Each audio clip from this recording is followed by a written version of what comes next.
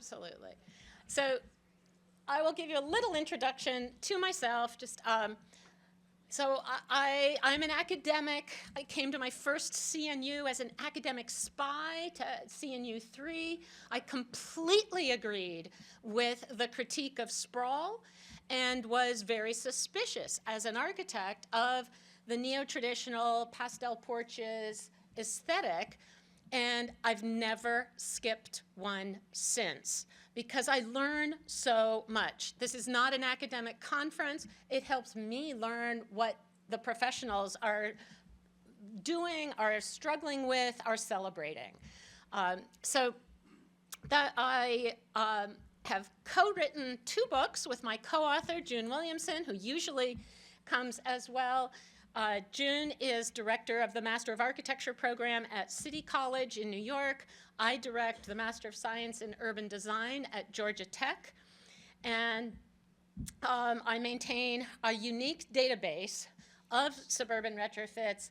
I've got about 2,500 in there, basically looking at all varieties of parking lot dominated property types that have, in my opinion, been retrofitted one way or another into more sustainable places.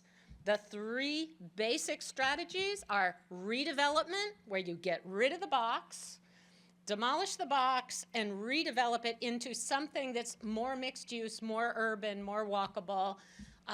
In that way, so redevelopment is what most communities want and what is happening, a lot, but mostly in strong markets.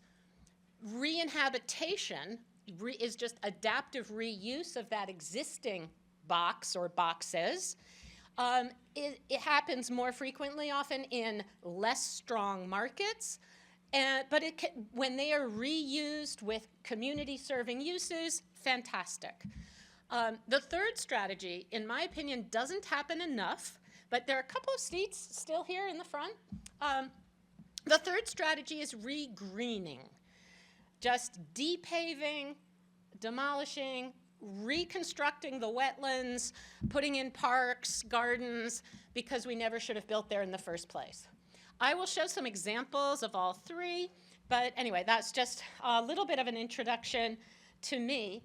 So, as I said, really, we always kind of have to, always the touchstone is the charter. So the preamble to the charter, part of it says, the Congress for the New Urbanism views disinvestment in central cities, the spread of placeless sprawl, my topic, increasing separation by race and income, environmental deterioration, loss of agricultural lands and wilderness, and the erosion of society's built heritage as one interrelated community building challenge. So if you've been going to the other starter courses, you've probably heard a fair amount about the charter, but I'm focusing on that how we have dealt with the spread of placeless sprawl. So the context, New Urbanism really formed in the early 80s, and that was a time in which cities were really had been underinvested in since the 20s were sort of the heyday. New York City was going bankrupt in 1976, and President Ford said, no, we're not bailing it out. We don't need cities anymore.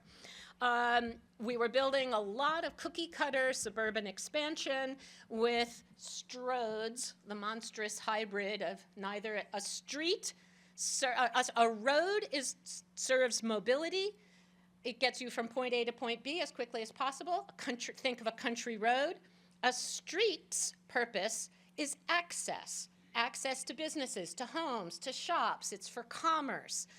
And too much of suburbia, we took old country roads that had been designed for high speed and then zoned them for commercial, and they became the worst traffic arterials, and those are the stroads. And so this was all kind of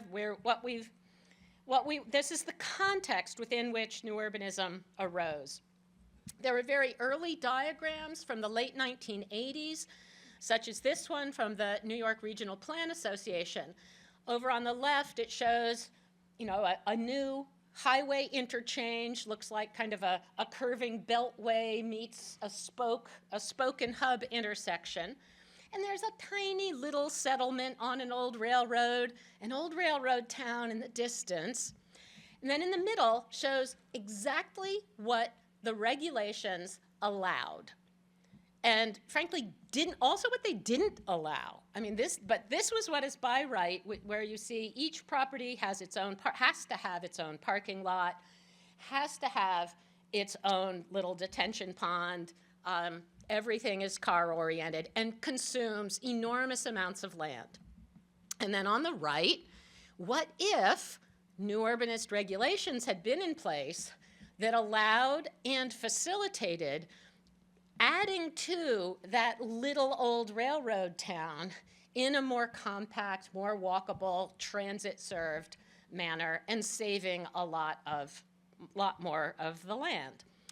So those are, these were the kinds of things, but they were just like, oh, what if? In the early 1980s, Liz Plater-Zyberg, one of the New Urbanist founders, and her firm DPZ, they drew this diagram contrasting typical suburban sprawl at the top. Each use is on its own individual driveway. Heaven forbid that a child living in one of the single-family houses wanted to go play with a child living in one of the apartments. They'd have to go out onto the overcrowded high-speed arterial to get there, and no parent would allow that. So, it's physically separated, socially segregated, all of those things. And the DPZ diagram on the bottom of a traditional neighborhood shows the exact same piece, the exact same program, the exact same pieces, just reconfigured into a walkable network of blocks and they're still, the apartments kind of cluster and they're not just higgledy-piggledy mixed up, but now the streets become narrow because you've got a grid that you're distributing the traffic along much more streets, and so it's perfectly safe for a kid on a bike to walk around. It's perfectly pleasant to have a house with a porch facing the street and providing eyes on the street and increasing, again, both the safety, the sociability, all of those things. So there were a lot of health benefits, getting physical activity, people walking and biking, and social benefits. And these were the early arguments.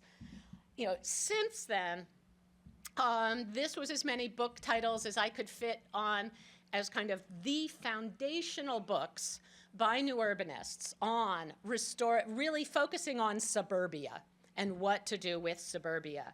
And so you can read the titles for yourself, but they really show how different groups. The first one, 1999, Once There Were Greenfields, written by, completely looking at it from an environmental perspective. Suburban Nation by Andres Duany, Liz Plater-Zyberg, and Jeff Speck, really looking a lot at just the social impacts on families, on individuals, on life of living in the kind of world we'd built. 2002, Grayfields into Goldfields was a fiscal study sponsored by CNU, the organization, into dead malls and what was happening and really looking at the economics of that. 2004, Urban Sprawl and Public Health. Again, now we've got the public health field, folks leaders at the CDC writing and arguing that doctors only treat people once they're already sick. Architects, planners, landscape architects can do more to actually prevent disease. And really making that this was the earliest book kind of making that. There's now an enormous public health sector focused on this. 2007, the Urban Land Institute, ULI, begins to get interested in regenerating older suburbs. 2009, my co-author, June Williamson, and our first book came out, Retrofitting Suburbia, Urban Design Solutions for Redesigning Suburbs. Very quickly followed by Galina Tatyeva's Sprawl Repair Manual, featuring the work of DPZ, but just sort of, and they're similar, but they're different. Ours was really focusing on real case studies. Galina's work was actually based on real DPZ work, but she was drawing it all as diagrams and as a manual. Here are the steps you need. Terrific book. 2011, followed by Peter Calthorpe's Urbanism in the Age of Climate Change, and recognizing that suburbanization and all the driving that goes with that, all the energy, higher energy use out of single detached buildings, really being contributing enormously to climate change. Emily Talin editing a book on retrofitting sprawl. And then 2021, June and I, like the first book, our first book had been mostly focusing on just reducing car dependency. If you did anything to reduce dependency on the car, make it a little more walkable, you got in the book. We had 80 case studies. That's where the bar was. I've maintained the database ever since, and now it's while you're reducing car dependency, what are you doing for an aging population, for public health, for equity, for climate change, for all these other additional challenges? And the projects, there's been an explosion in projects, and they're more and more ambitious. So we really felt we had to write a second book. And that's mostly what I'm going to show for the rest of this hour is case studies from that book and how they're addressing, usually in multiple ways, multiple challenges. So I don't think I have to explain much, a lot of words on this slide, but what drove the building of suburbia? I hope most of you know this. It all led to a lot of unintended consequences. I mean, we are a suburban nation. The majority of our population live in the suburbs, quite happy with the suburbs, and for the most part, they're choosing it. But it does have these very high unintended consequences. And a little clarification that for June and I, we are architects and urban designers. We don't care about the municipal designation, and certainly not the census designation, which is pretty meaningless. We care about form. So for us, it's a distinction that what we're calling suburbia is just suburban form, and it's often found in cities. And there's plenty of suburbs that have a couple of good blocks of urban form. So it's a form argument. Suburban form, shown at the top here on the right, boxes surrounded by flat-ish space that's mostly lawn or parking lots. The green space is just background. It's just sort of there. Streets are tree-like networks of trunks and twigs that just sort of, the cul-de-sacs are just the twigs. Urban form, the boxes front sidewalks and face other fronts of buildings. The uses change mid-block, never mid-street. Change uses mid-block for more urban form.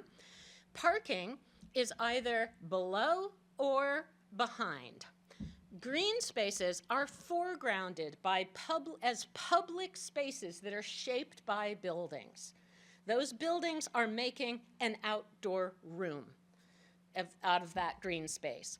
And the street networks form small-ish walkable blocks, often gridded. It might be a warped grid, it might be, but basically. So any questions so far? Pretty clear, I hope. So what's driving the retrofitting of suburban form, of suburbia, is just, suburbia is getting old.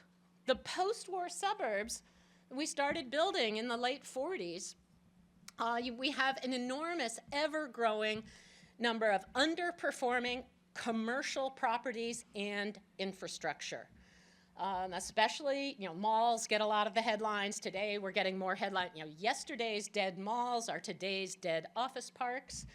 Suburban roads pipes, wires are also aging, and the taxes from low-density development do not come close to covering the maintenance and replacement costs. And a lot of cities, that we've seen from a lot of the Urban 3 analyses, it's the downtowns that are subsidizing the suburbs and all of that, those maintenance costs. And a lot of towns are finding they need some urbanism, some density to help pay for this. Climate change is obviously also, we just have more and more severe storms that aging infrastructure can't handle. We have dramatically changing demographics. The size of households are shrinking. We're projected to have more older adults than kids by 2034. And one that also is often not recognized, since 2005, more Americans in poverty live in suburbs than in cities. So a lot of our narratives sort of haven't caught up to what is a suburb? What is suburban life like? We also have a shrinking middle class, obviously the big affordable housing crisis. COVID and work from home has actually accelerated quite a bit of moves out to the suburbs. It's also accelerated the retrofitting of suburbs, because the more time that people are spending online, the more they're also craving some getting out of the house and at least feeling some exposure to nature, some feeling of belonging in a community. So walkable urbanism now commands, and has for several years now, an 85% rent premium over drivable suburbanism. So the market is the other obviously big driver. So the challenges I'm going to kind of run through are 6 urgent challenges today that suburbia was never designed for, and that frankly it is all of these dying, aging, underperforming properties that are providing the opportunity for the suburbs to actually deal with some of these challenges. So number 1 is still disrupt auto dependency, improve public health, support an aging population, leverage social capital for equity, compete for jobs, and add water and energy resilience, climate change. So it's together that these are really driving the redevelopment, the reinhabitation, and the regreening in different, and in the best cases, it's aspects of all 3 of those strategies. We get some redevelopment to connect us to the future, some reinhabitation to connect us to the past, and some regreening to connect us to nature. So job 1 is still disrupt auto dependence. The more you can do this, the ripple effects it has, positive ripple effects on all of the others. It's a sad fact that the typical suburban house, and that's what most of our urban land is zoned for, generates 9.4 trips a day, but half of those trips, slightly more than half of those trips, are 3 miles or less, which could be a bike ride. Not for everybody, but it's, if we just could get sidewalks and bike lanes in our existing suburbs, half of trips could be that. So in blue are really the techniques. What do we as new urbanists want to see to try to reduce auto dependency? Walkability and a mix of uses, and the 2 go together. Multimodal systems and trails, biking, scooters. I mean, every other day at Georgia Tech, at my campus, every other day there's some new device that people are moving around in. On-demand microtransit vans to augment bus service. I'm a big fan of microtransit in the suburbs. It's not as affordable as it might be, but I think it's actually a great solution. Road diets. I will show some examples. Reducing the number of lanes, narrowing them, and reducing the number. Walkable street networks. It's not enough to just do a road diet on one road. You really want to try to get a larger network. more and better intersections. That's one of the metrics we use often, is to actually calculate the number of intersections per square mile. It's as a proxy for walkability. And then the final one, just, build on, in an ideal world, build on the parking lots. But if there's not yet really that market yet, design, if you have to build a parking lot now, design it as a future building site. And that's actually really easy to do. It just means don't put the sewer pipes diagonally underneath it. So, okay. This is one of the earliest of the retrofits. This was a family-owned strip mall in Cape Cod, and it was declining, and the family had an offer from Walmart, and they said, we don't really want our town to have a Walmart. Can't we just build a New England village? No, totally illegal. But they brought in DPZ, who designed, how a village. But because it was illegal to have on-street parking, they literally called the streets on the drawings parking lots. That was legal. This is what the early CNUs, it was about learning all the workarounds. How do you get around the regulations? They built the first new housing over shops outside of a downtown anywhere in the US. Everyone thought they were crazy. There's been a wait list for these apartments forever, and mostly from folks over age 60 who like the idea of really being able to walk downstairs, walk to the coffee shop, hang around. So this is Mashpee Commons. It's really an early project of just incrementally, over the course, because everything was illegal, 20 years, bit by bit, just building a little grid and a mix of uses. A couple of their strategies, they built little liner buildings, circled here, that are deliberately too narrow for the national chain stores. They were designed for the local retailers to be able to show buildings, but also their job was to screen the parking lots behind so that your experience on that street felt like an urban room. Retail always does better on a double-sided street. Tons of solar. It all looks very neo-traditional, but it's also actually super high-performing. A state-of-the-art sewer system. Not that you'd know it from that building, but it is an absolutely state-of-the-art sewer system. Tragically, in my opinion, they wanted to grow that project and extend the core with more walkable neighborhoods, and unfortunately were not given permission.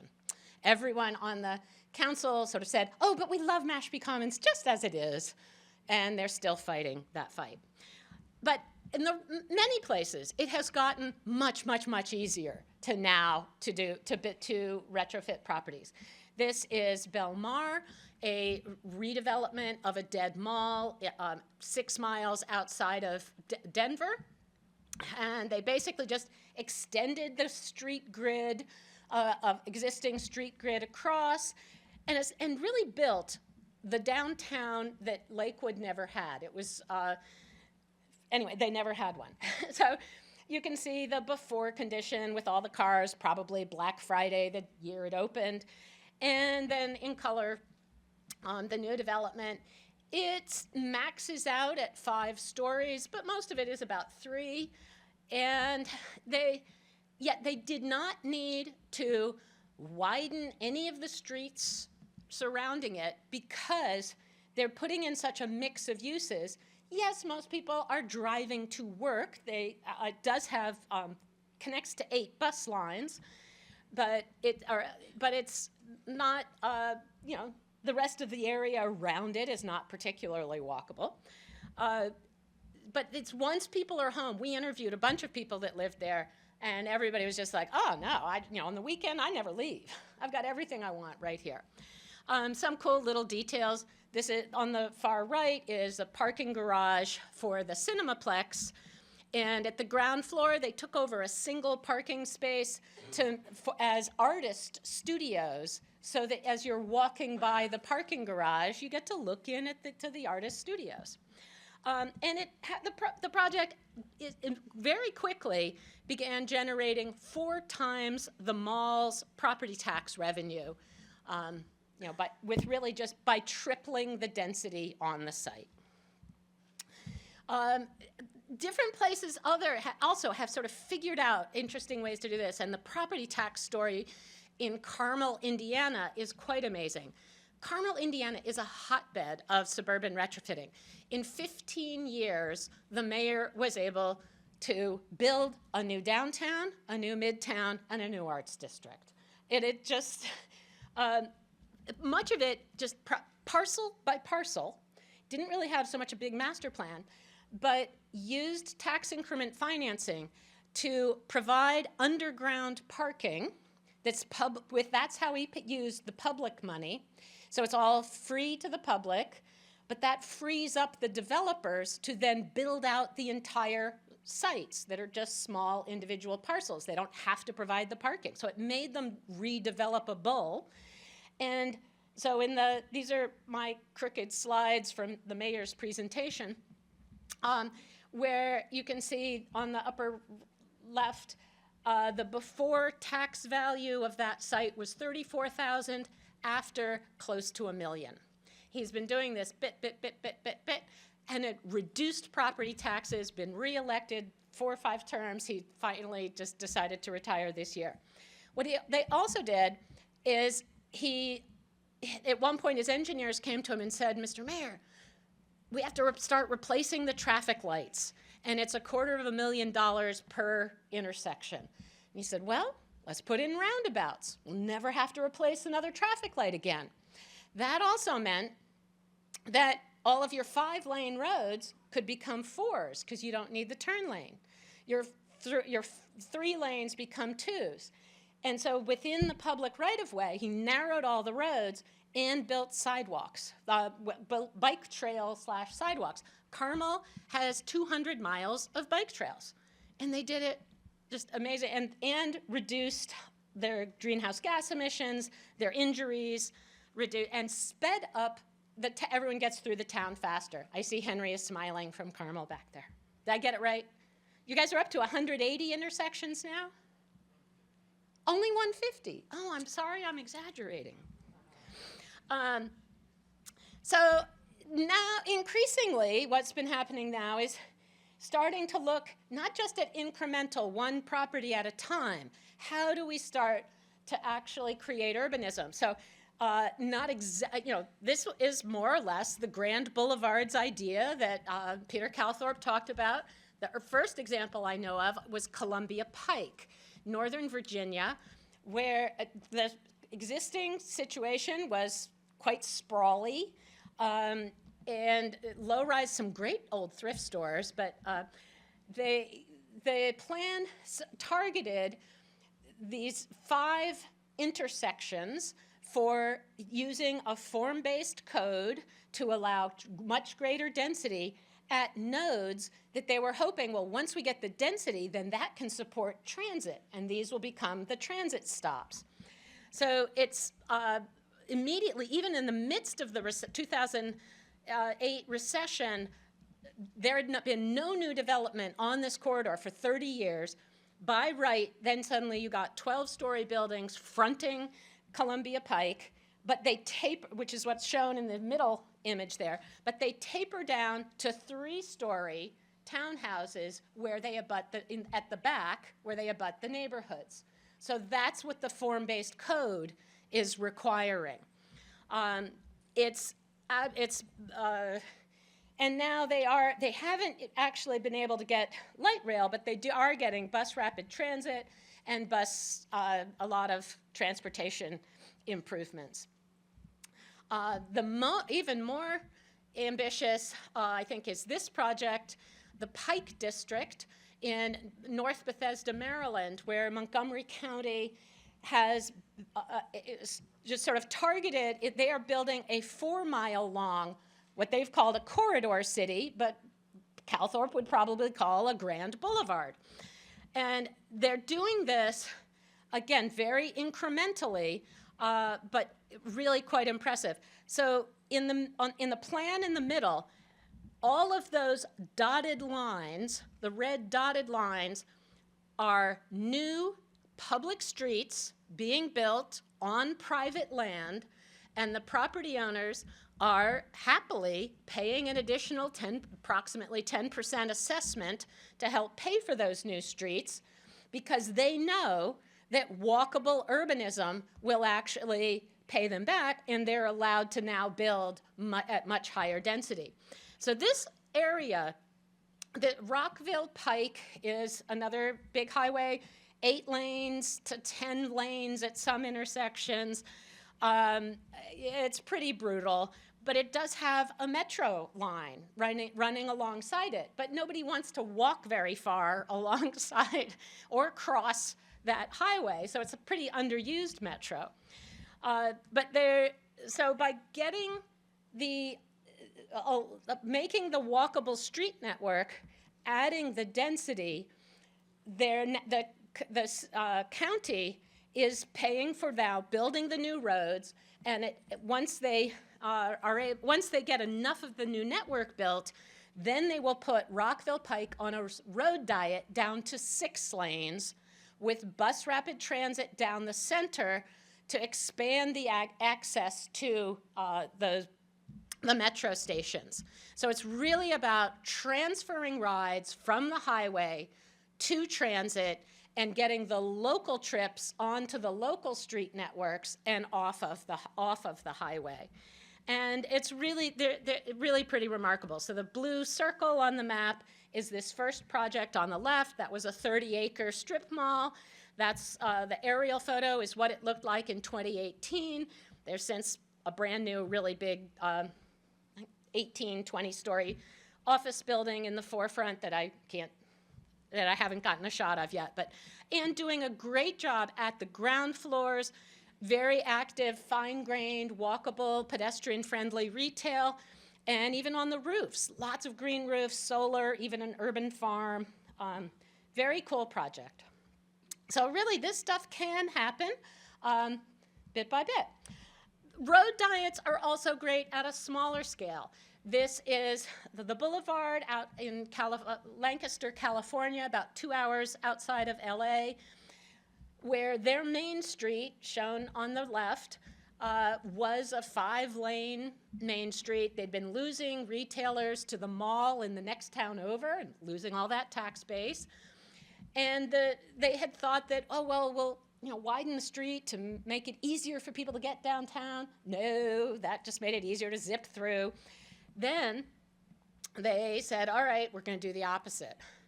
And they went down from 5 lanes to 2, put the parking in the middle, in between street lights and traffic and street trees, and with permeable paving. And you'd think this would be a disaster, and they reduced the speed to 20. Oh, and they also removed 9 traffic lights on the 9 blocks. So you'd think this would be a disaster. It actually, though, when you reduce speeds from 45 to 20, at 45, the cars have to be pretty far apart. At 20, they can be almost bumper to bumper. You actually get more throughput going more slowly. And at 20, people can actually look and see, oh, there's a sale going on. Pull into the parking. And people feel much safer crossing the street, and that supports the retail. And they've seen tremendous, the drivers stop more and look both ways at the intersections.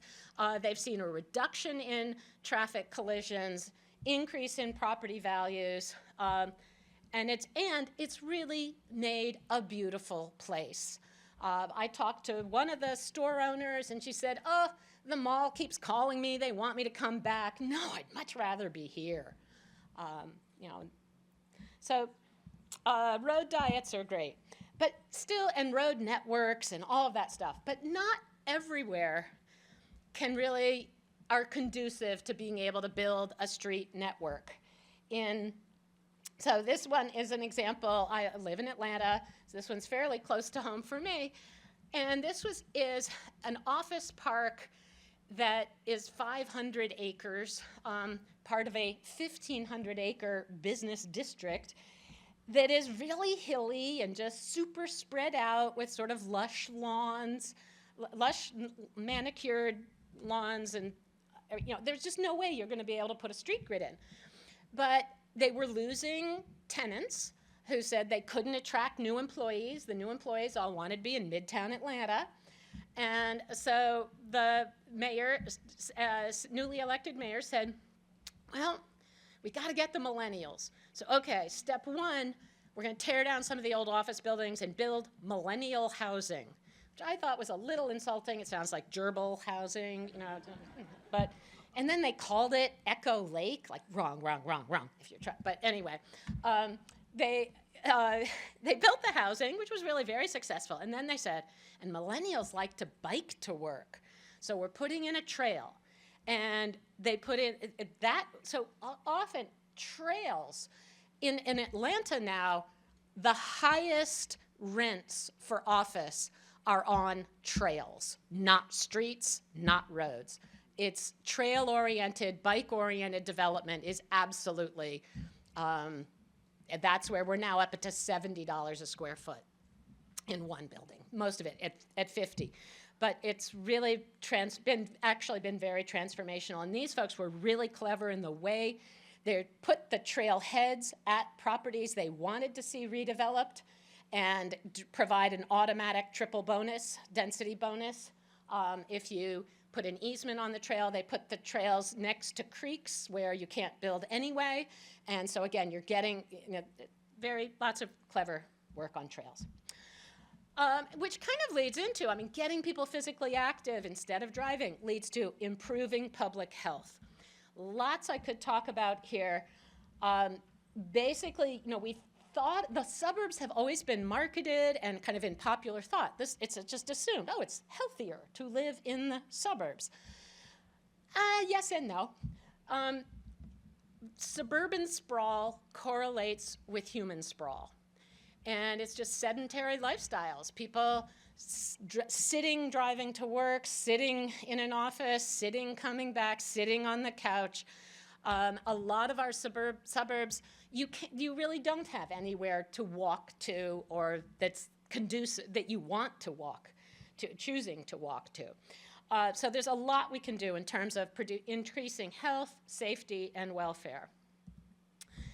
Some of the most direct thing that one of the trends has just simply been seeing the retailing of medical and health care, which especially since Obamacare has really a lot has moved into, in particular, shopping malls. So 32 malls right now have already been re-inhabited with medical clinics and providing health care and higher wage jobs, and there's just a whole bunch of stories about these. This one is another example, though, of a different strategy in terms of health. This is an example of a YIMBY lawsuit that argued that there was this area that had always been the industrial core. There used to be, Ford used to build cars on that site, and it was still zoned industrial, and there was a strip mall and no manufacturing there anymore. And IKEA wanted to open a big store, but this area had already, the neighborhoods along it, dense, mostly immigrant neighborhoods, had the worst asthma rates in the country because of the big highway right there, which was what was attracting IKEA. They wanted the highway access. And it turned out the newly elected mayor grew up in that neighborhood and had asthma. And the YIMBY's lawsuit was, it is unhealthy to bring in another use that's just going to bring in more cars and increase the emissions. And the city it's illegal for you to use zoning to allow this, because zoning is for the health, safety, and welfare aspects. So they were arguing on health grounds.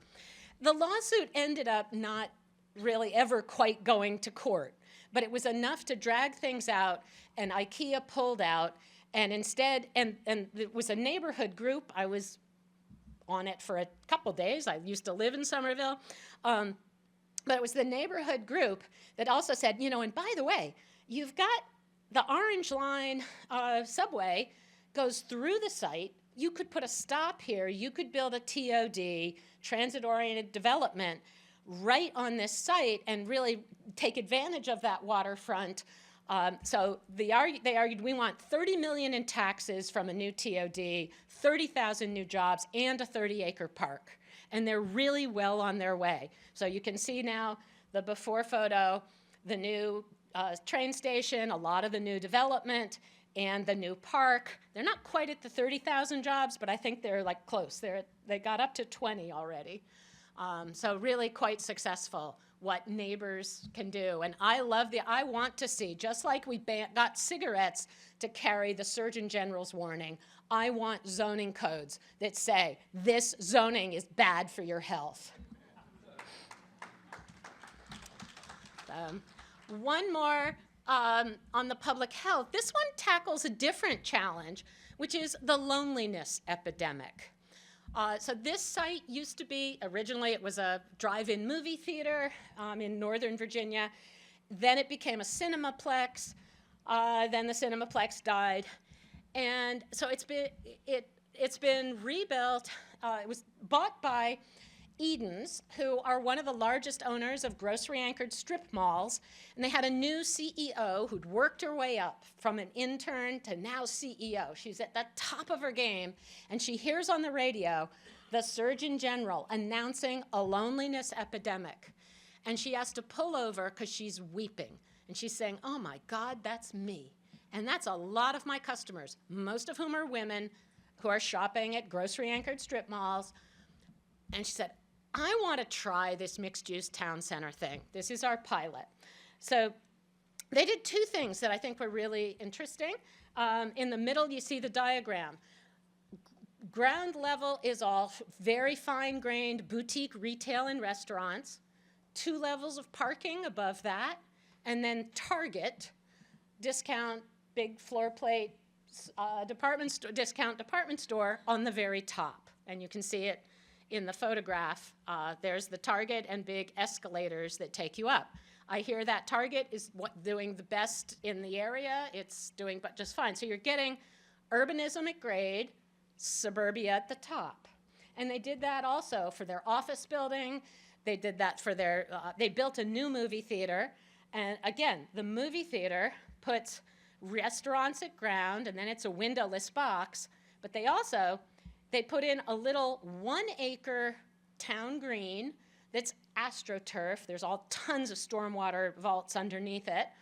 And, it's just AstroTurf, but it is a beloved space because they also put this big LED screen on the side of the movie theater, and they program that thing with yoga classes in the morning, with the, stuff for the toddlers in the late morning, lunchtime stuff. They do after school stuff. They do every local sports team at night. And it's all just free, inviting people to come out of their house. Now, chances are, if they come out of the house, they're going to stop in at one of the restaurants or one of the shops. And they know this. So it's doing extremely, extremely well. And an efficient way, we see in all of these mixed-use town center redevelopments, town greens. But this one, actually, the programming, this is the most efficient, cheap way to do the programming, which is otherwise actually really quite expensive. So supporting an aging population. 25% of Ohio's population will be 60 or older by 2030. That's a 30% increase. I mean, the older adults are the fastest growing population nationally and locally, and basically, let's face it, my generation, the baby boomers, we built a habitat we will not be able to age in place gracefully. The younger folks in the room, you are going to have to wrench the car keys from your parents' clenched fists because we know we're going to be trapped when you do that. But it is reality. We need to start retrofitting our suburbs into lifelong communities, and got some more, allowing those missing middle dwelling types and ADUs that allow downsizing and make aging in place or bringing in caregivers a lot easier for folks who don't want to leave their neighborhood. And we need to just integrate senior housing into more walkable neighborhoods. And a couple, like my image back there of Belmar, there was a little blue star where the senior housing is. So I have a couple with those. This is a dead mall in Wayzata, Minnesota, that had been built on top of a wetland that was perfectly legal before the Clean Water Act. Tons of suburban. We built on top of, I'll get into that one later. And it's been its runoff has been spoiling the lake for decades. But so when it died, they've now built a mixed-use town center, but in this case is anchored by senior housing. And it's sold out early, even before it was built. It finished. It extends the town's main street. You get the programmed town green and an inn and a bunch of retail, but also quite a lot of housing, seniors, and then a ton of underground, which you can't see.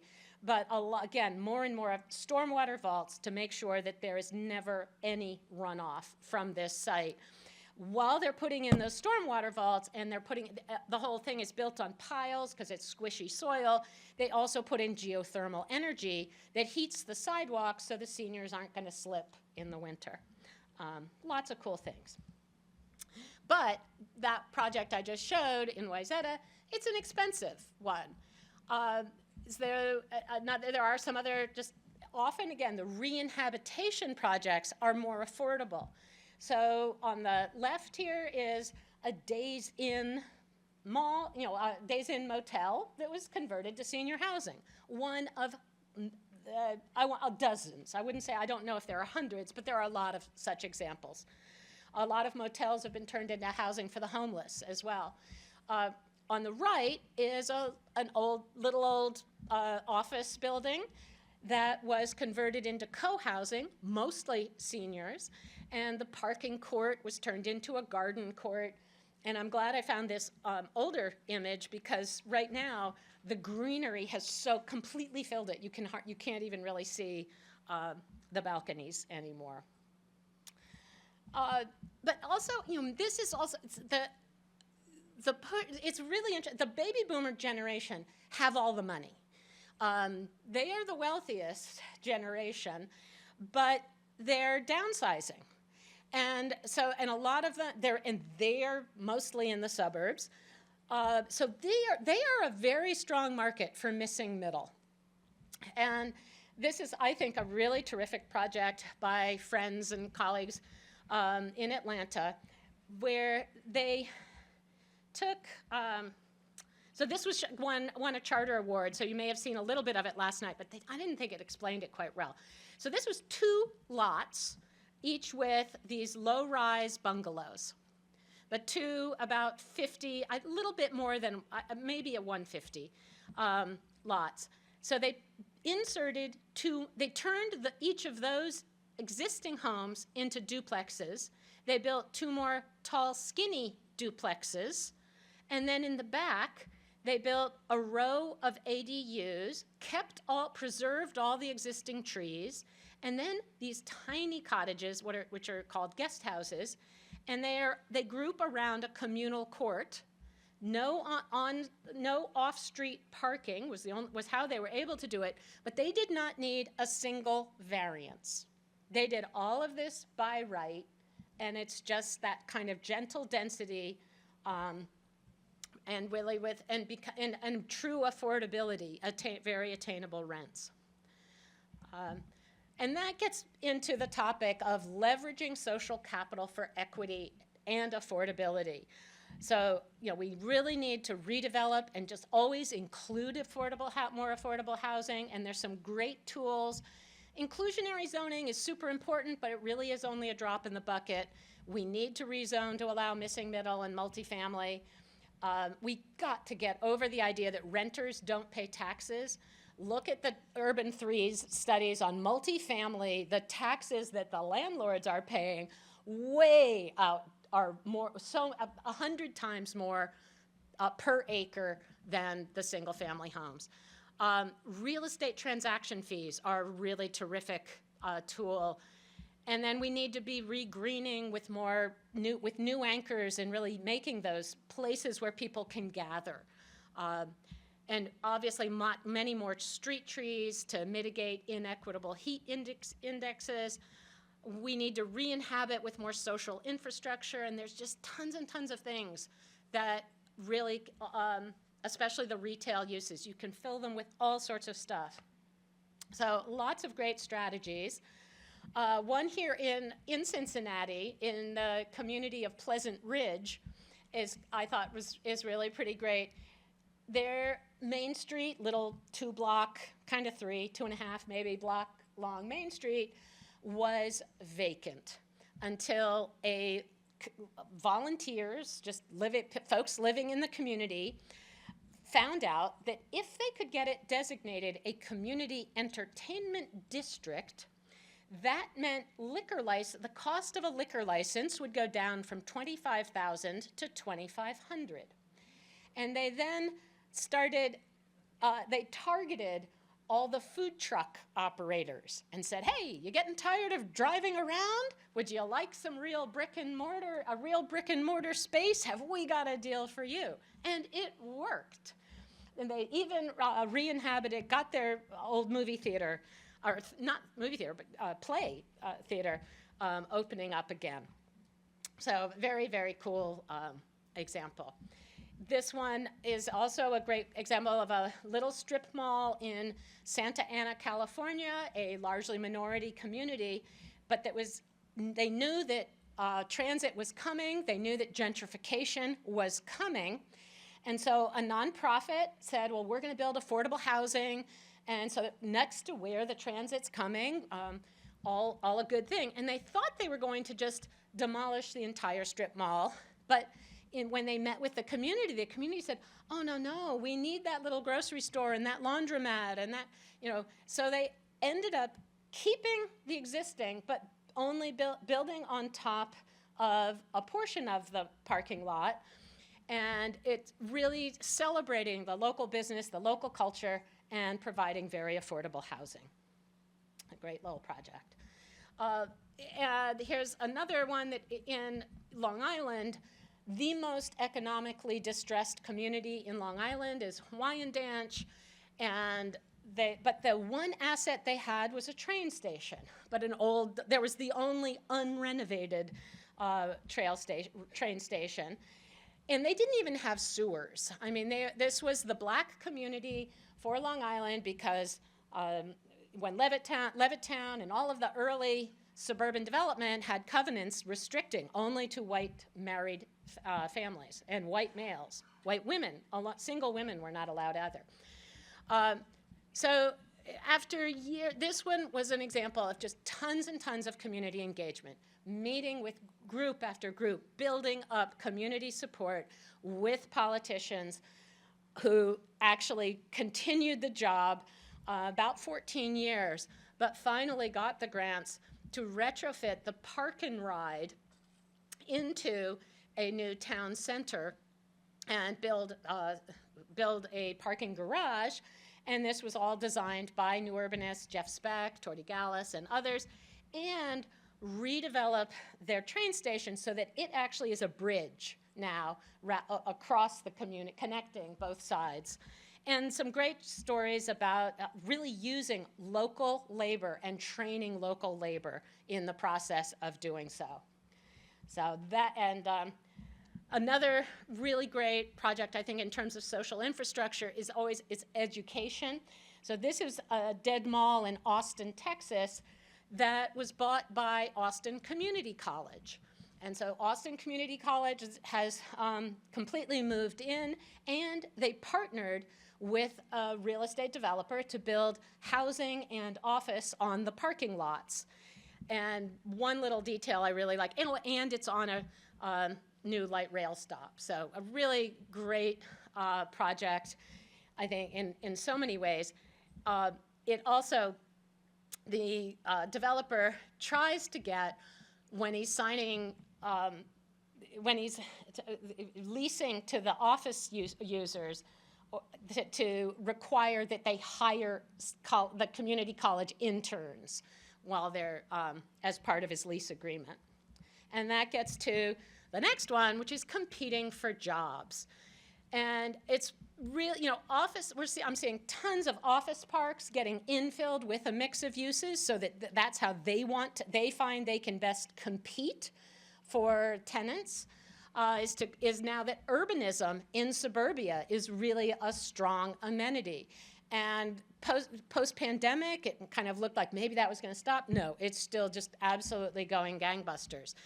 In fact, it's much easier to build residential on a suburban office parking lot than it is to convert a downtown office building to residential.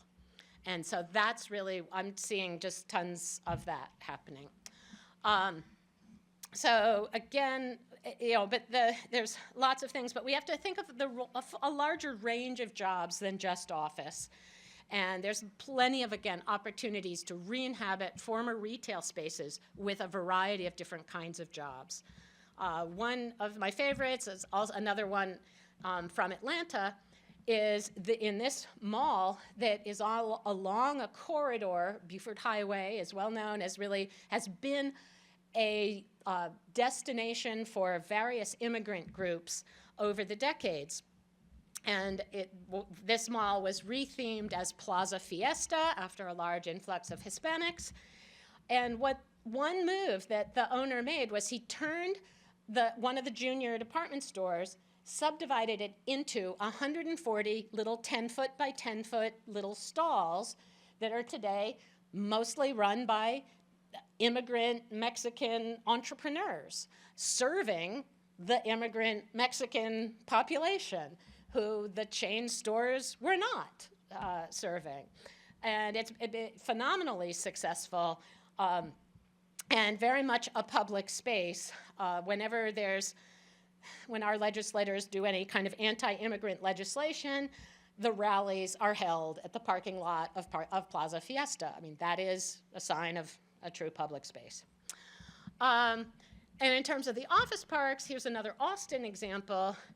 This was a IBM R&D campus. This was where the Selectric typewriter, the high tech of its day, some of us in the room, that above 45 age will know.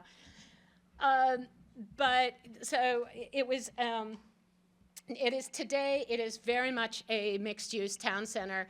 And what they did, the map on the right in black are the existing office park streets, and those are wide, and those now still remain lined with the parking garages and some of the parking decks. But in red, so those are the B streets. They're parking dominated. Then they inserted into the grid the red streets, which still have cars on them for the most part, but are very walkable, narrow, slow, lined with small, fine-grain retail and restaurants, and then lots of apartments and offices up above. It's just continuing to grow, didn't really slow down during the recession much, and is now attracting more office than they ever had under IBM and Facebook and Amazon with big, big towers. So last challenge, and I know we really have to close, but is climate change, the big one. This slide should make everybody cry. It always makes me cry. Philadelphia's historic streams before and after suburbanization. Why are we having flooding? Yes, the storms are more severe, but also the water doesn't have anywhere to go because we got rid of it or we piped it, and those pipes are failing. So one of the solutions are to create stormwater parks. This is one in Meriden, Connecticut, working class community. They built a mall right in their downtown. That was fairly common at the end of urban renewal money. And they piped the creek underneath it to be able to build the mall. So the pipes failed. There were terrible floods that really killed their downtown.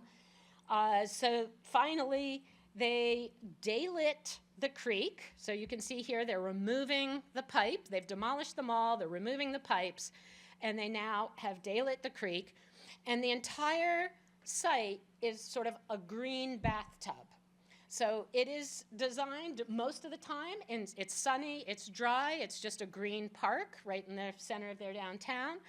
But when there's a big storm, like Tropical Storm Elsa a couple years ago, it fills up, and it has removed over 200 downtown properties out of the floodplain, which allowed them to become eligible for redevelopment of their new, what's going to be part of a high-speed train network, improve the access to jobs, do all sorts of great things, allowed them to rebuild some of their public housing, really has had all sorts of ripple effects. Another strategy I really love is this one from Minnesota, where as part of just any time it's the routine asphalt replacement comes up, they narrow the street. So, and put in rain gardens, and if they don't already have sidewalks, they use that also then to put in the sidewalks. Rain gardens allow the stormwater to come and infiltrate, and that removes an enormous amount of toxins. So this is in Minnesota, land of lakes. Their water quality's been going down, and by getting more of it to infiltrate before it goes into the sewers and then into the lakes, big improvement. So retrofit tactics. There's a long list here. You can read it. All of this is going to be available. If it's not already available, it will be. I don't want to hold you up.